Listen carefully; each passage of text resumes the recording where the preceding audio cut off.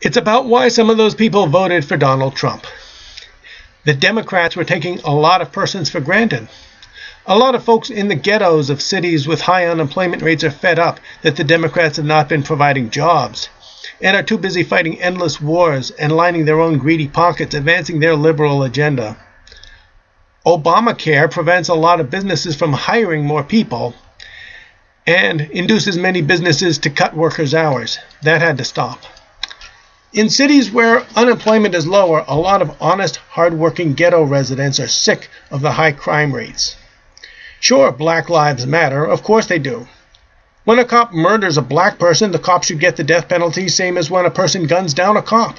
But that doesn't mean anything goes. Folks still have to behave themselves. If you're struggling to support your family by running a store, you don't need those no-good rotten punks robbing you and making people scared to get out of their cars to shop at your store. Ladies, if your lover boy says he's going to go mug somebody, you tell him if he does, you're through with him.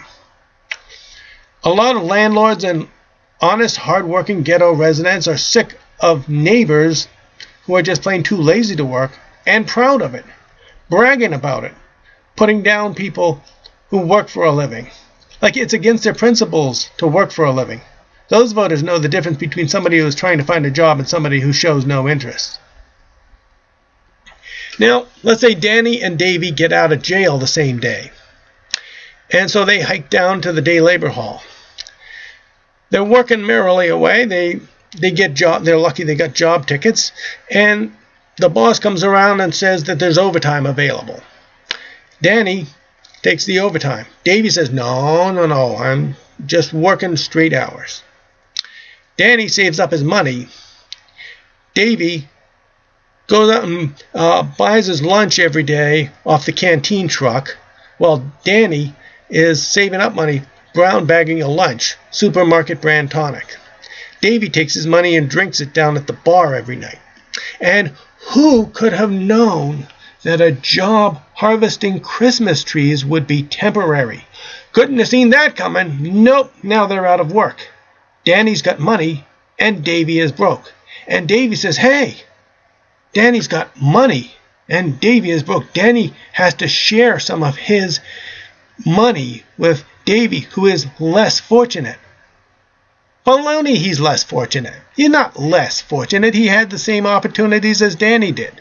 He could have saved up his money.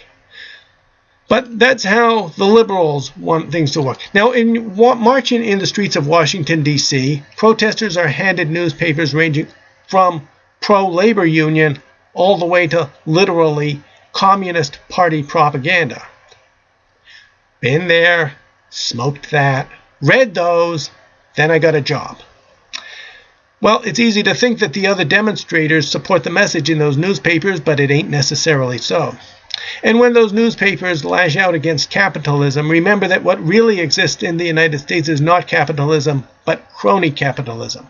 Bureaucrats decide who gets alcohol licenses, bailouts, banking licenses, broadcasting licenses, casino licenses, defense contract, all the way down the alphabet to taxi medallions and zoning variances. Add one of my grievances when I struggled to find a job. The nice, cushy union jobs paying good money, working for government agencies and for government-protected public utilities were reserved for the guys who dropped napalm on children in Vietnam. Got to show them how much we appreciate their service. What would we have done without those guys dropping napalm on children? That's not capitalism.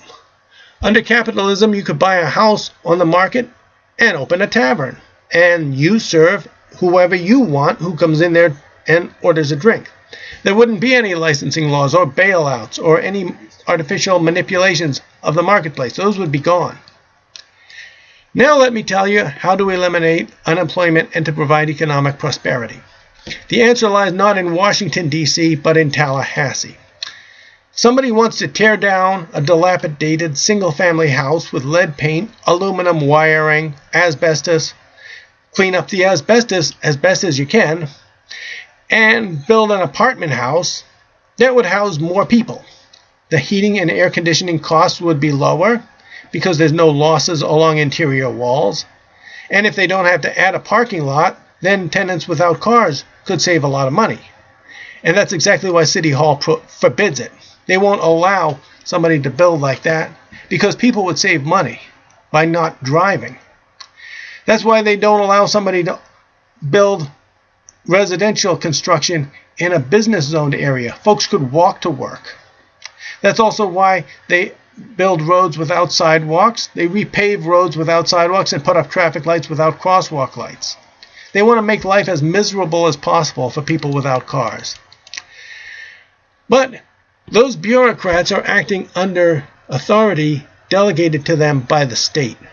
Cities get their authority from the state. States do not get their authority from the federal government. States are creatures of the people, so to speak. But the state government needs to preempt all of those zoning restrictions. So anybody could just go ahead and buy a plot of land and build anything that meets the building code. Okay, so you have more housing going in. Landlords would have to compete for tenants because there's so much more housing available. Rents would go down. People could save up money for college. People could save up money for retirement. People could have money set aside. Suddenly there would be an abundance of jobs in demolition and construction. And with lower rents, hey, the economy would benefit. That, ladies and gentlemen, is the key to economic prosperity.